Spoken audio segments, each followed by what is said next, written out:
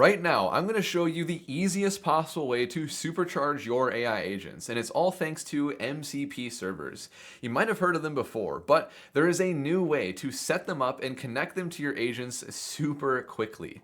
The workflow that you're looking at right here, and I'll actually show you this later in the video, took me only 10 minutes to set up. I connected my Claude Desktop to YouTube, Obsidian, Slack, and GitHub really easily. And so I have this whole workflow here where it pulls a YouTube transcript, it summarizes that and puts it in my Obsidian vault, and then I have it read my Slack conversation to get some extra context, and then create a GitHub issue, and then I even have it mention Claude Code in the issue to kick off a Claude Code agent to autonomously work on my code base based on the research that I did here. So end to end, we started with research all the way to a complete implementation in our code base, and it took me 10 minutes to set this up with all of these MCP servers.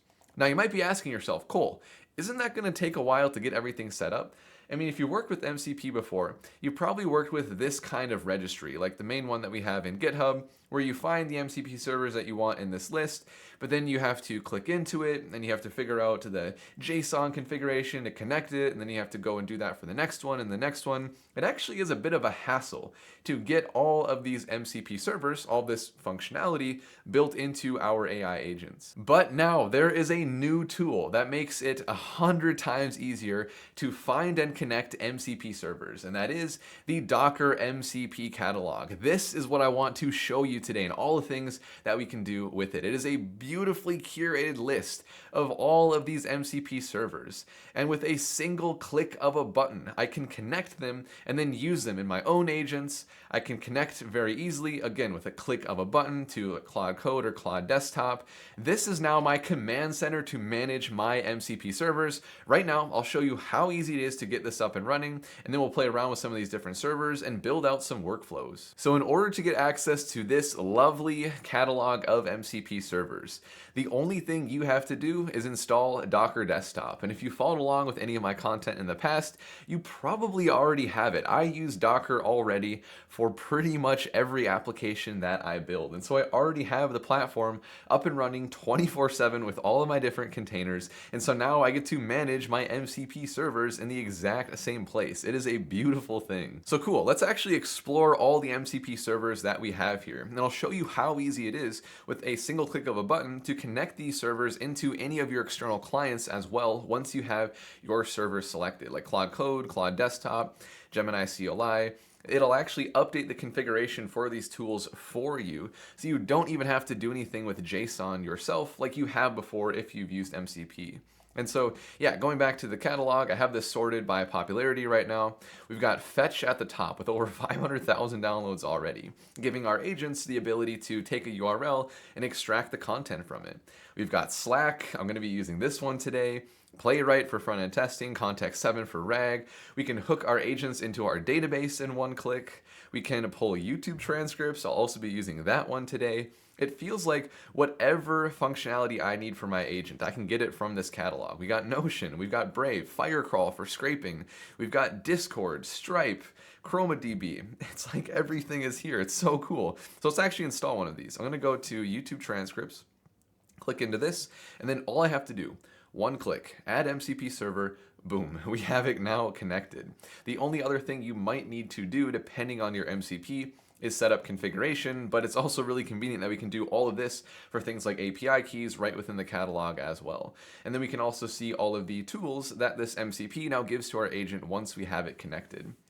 Also, keep in mind that when you are working with the MCP Toolkit, which is in beta, you might need to go to your Docker settings in the top here and go to beta features and enable it. Now, this was enabled for me by default, but I just want to call that out in case you're missing that there, because then it's not going to work when we go on to the rest of the things here, actually getting these MCP servers connected to our agents. So now with our first server selected from the catalog, we can now hook this in to any of our clients in the click of a button. But there's one other thing I actually want to show you first that's really cool, because when you go to this client page for the first time, none of these will be connected except for this one right here, Ask Gordon. It's actually set up to be connected to our MCP Toolkit by default. because Gordon is the AI agent that is built directly into Docker Desktop, also in beta, just like the MCP Toolkit. And so without even having to connect to any external client yet, we can actually test our MCP servers directly within Docker Desktop thanks to Gordon. And so for the tool that I have right now, you just have to go to your toolbox, MCP Toolkit right here, and then just make sure that you have the toolkit enabled for Gordon. So I have my 3 tools right now for that YouTube transcript MCP server. So I'll close out of this, and we need it to transcribe a video. So I'm just gonna go to one of the latest videos on my channel where I cover Dockling, which is a tool to help with data extraction and chunking for RAG. And so I'm just gonna copy this URL at the top, very simple, go back to Gordon here. I'm gonna say transcribe this video and give me a very concise summary. I just want something really fast here, just to show you how Gordon is a place for us to quickly test our MCP servers. And so Gordon is gonna make that tool call. There we go, calling get transcript. And it's a pretty quick agent overall, so we should get the summary in just a second here. There we go, nice. The video introduces Dockling. Didn't quite spell it right. I'll give it a pass on that one. Free open source Python tool designed. Simplify the extraction and preparation of complex data. Cool, this is perfect. So as we're adding these servers in our catalog, we can use Gordon to quickly test them. But the real deal here is being able to use these MCP servers in our existing clients. You maybe are using Claude Code or Cursor for your coding, or you're just working with Claude Desktop to brainstorm with an LLM. Let's give the functionality to those guys. And so all we have to do is go to the Clients tab and then single click of a button, just as easy as selecting the servers in our catalog. So we'll start with Claude Desktop here. All I have to do is click Connect. And boom, there we go. Now the next time we open up Claude Desktop, all of the servers that we have here are going to be immediately available in Claude Desktop. Now for most MCP clients, once we add more servers into them, we have to restart them. So I'll do that for Claude Desktop here. I'll just go in, right click, quit, and then go and restart the application. Super, super fast. Wait for it to load. And then the way that we can verify our connection here is by going to search and tools, and then you're looking for the MCP server called MCP_Docker, very creatively named. And we can click into this to see all the tools that it exposes. And so this single server is basically aggregating all the tools from all the MCPs that we have selected in the catalog. So once we start adding more here, we're going to just see it still as a single server in our client, just with all the tools from all of our different servers. And the other thing I want to say here, I think you'll find this interesting. This is a quick 30-second explanation how this works. All of these tools that we add, they run as Docker containers. So whenever our client like Claude Desktop requests to use a tool, like to get a transcript, that actually quickly spins up a container to perform that tool action, and then once the tool is done running, it immediately spins the container down. So no matter how many MCP servers we have connected here, it's not like those containers are constantly running, taking memory on our machine. It's only when we're using a tool that the container is actually running. So extremely efficient and secure. Very, very cool. And so now with Claude Desktop here, I'm just going to go ahead and test it with the exact same thing. So I'll copy this URL, go back in and say transcribe this video and give me a super concise summary. All right, so we'll just make sure that it can work as well as Gordon, which, quick spoiler, Claude Desktop does work quite a bit better than Gordon. It is a lot more powerful of an LLM running things under the hood. So there we go. It's calling MCP Docker to get the transcript for the URL. And let's see if we can get a nice summary here. Awesome, perfect, yep. Here's our video, what it covers, key features, looking really good. Honestly, probably even a better summary. So cool. That is the YouTube transcript MCP, but let's add in a few more, really spice things up and actually get a full workflow created with these MCP servers. So I'm just gonna connect a few different ones that I want to have in my Claude Desktop. So I'm gonna start with Slack here. I'll go ahead and add this server, single click, boom, there we go. And then we just have to configure a couple of things, which I already did off camera. For the team ID and the channel IDs, you just get these from the Slack URLs, and then you just have to create a Slack app and hook in the bot token here. I'm not gonna cover that right now. You can read the documentation in Slack if you want. So I got Slack connected. What else do we want here? How about GitHub? So I did actually try the official GitHub, and that one wasn't working for me for some reason. So I'm just going to use the archived one here because this has actually been working phenomenally for me. So now all I have to do is add in my personal access token that I can get in my GitHub settings. And now we can access all of my repositories and do things like create issues on my behalf. Very, very neat. And then the last one that I want to add in here, I've been absolutely loving Obsidian recently. Probably going to be creating a lot more content on it in the near future. So I'm going to go ahead and add this one.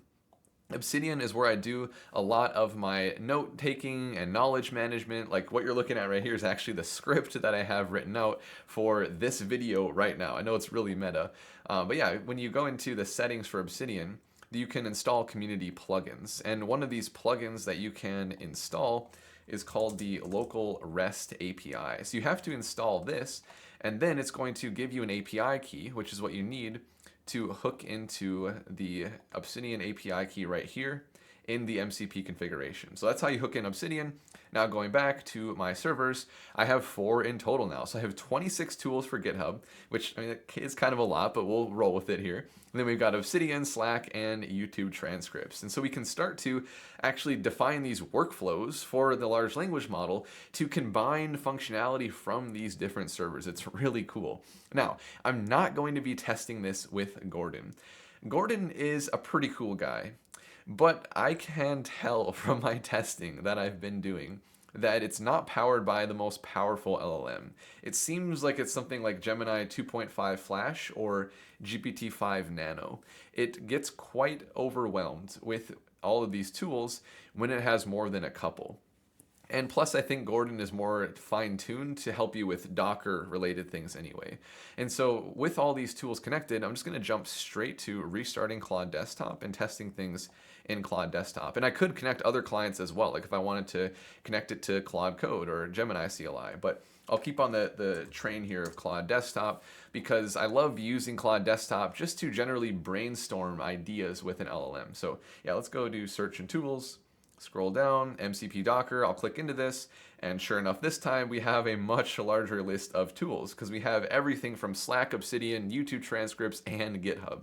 Awesome. So I can say, for example, what Slack channels do I have? And it should just say I have access to a research channel because that's the only one that I've given the Slack bot access to. So yep, listing Slack channels. In a second here, it should say research. There we go. Okay, perfect. Yep. So the Slack MCP is working. For GitHub, I can say what GitHub repos do I have. And in a second here, I'll actually combine some of these tool usages together to make something pretty interesting. But yeah, first let's just make sure that these servers are actually working. There we go. I have 50 GitHub repos. Take a look at that. That's actually crazy to me. But yeah, things are working great. Okay, so that was fun, just testing out the different MCP servers, seeing these tools in action. But now let's take it to the next level. This is where the fun really begins because I wanted to create more of a workflow for my agent to go through, leveraging the different MCP servers in tandem to accomplish a single larger task for me. Let's push the limits of Sonnet 4.5 here. And so what I'm going to do is send in this request that is going to require it to work with all 4 MCP servers that it has through the Docker catalog. So I'm having it pull the transcript for that same Dockling video. I want it to create a summary and put it in my Obsidian vault, and I'm specifically having it put it in this reference notes folder right here. And I'll actually delete the previous Dockling summary that I have just so that it's starting from scratch. There we go. Put it in the reference notes folder. Then after I want it to read my Dockling research that I have in that single Slack channel that it has access to. So just giving it some more context to then create a GitHub issue for Archon. I want to actually integrate Dockling with Archon. And then finally, last thing, we're asking a lot here. Finally, I wanted to add a comment to the issue saying @ClaudeFix, work on this issue. That is our way to trigger Claude Code to autonomously work on this issue.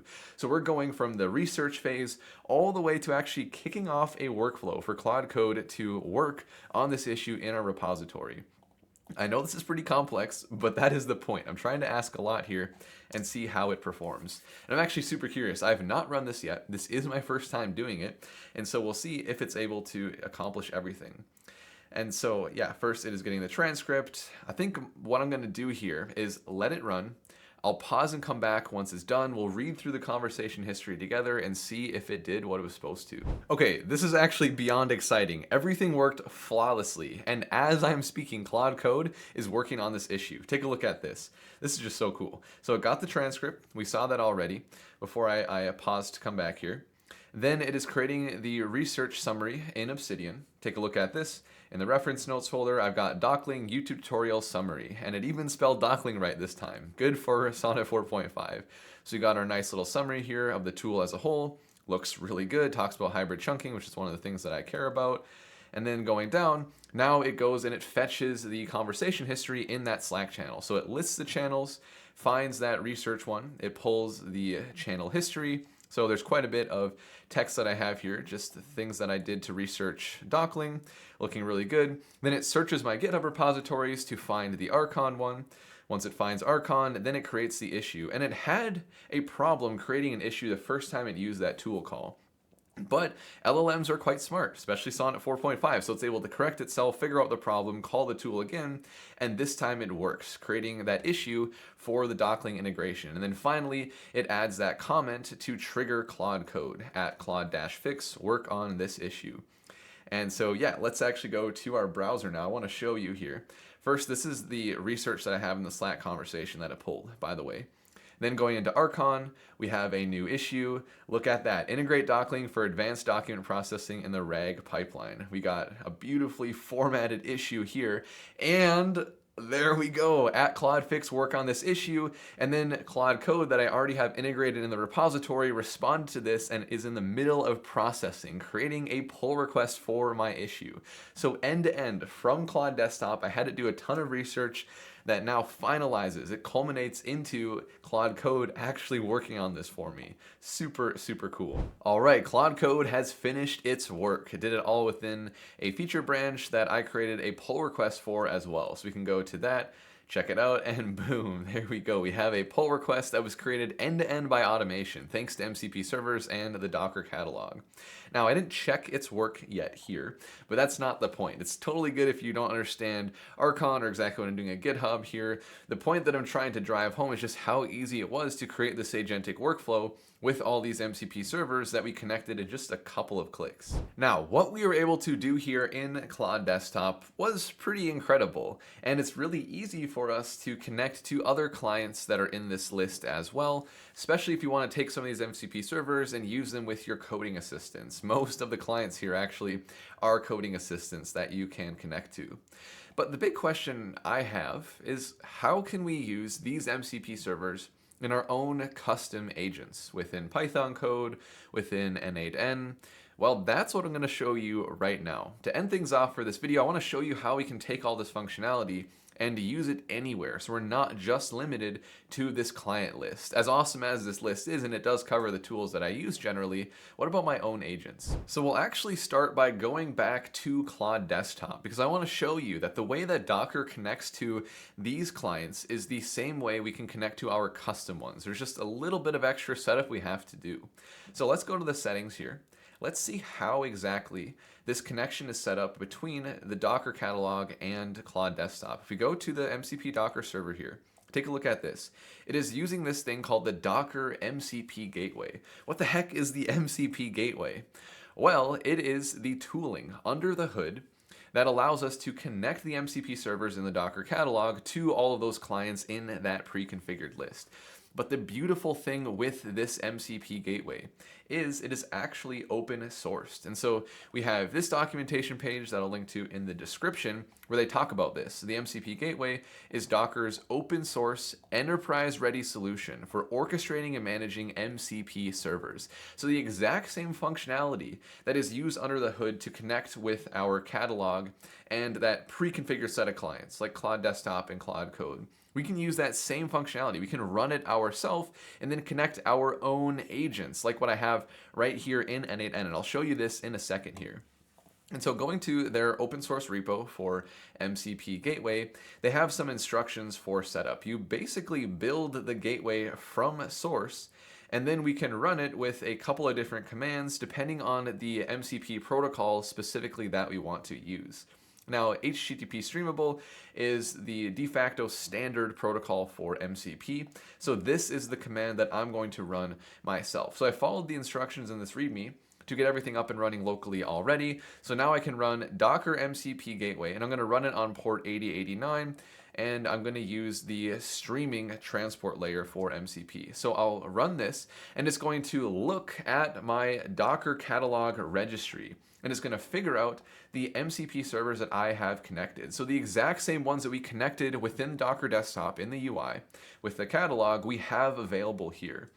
And so it's going to run all of these. And so now we have the server listening on port 8089. It's ready to receive any requests for any of the tools for any of these servers. It is that easy to get this all up and running. And so now in N8N, I'll just show you really quickly. And now we can do this with like any agent that we want. N8N is just like the easiest way to take advantage of this right out the gate. So I have a chat trigger that goes to a super basic AI agent. Like this is like extremely bare bones right now. I'm just using GPT 4.1 mini for my LLM. And then for the MCP client, the connection here is host.docker.internal because I have to look outside of the N8N container to my host machine where I'm running the Docker MCP gateway. And then the port obviously is 8089 because that's exactly what I selected when I ran the gateway.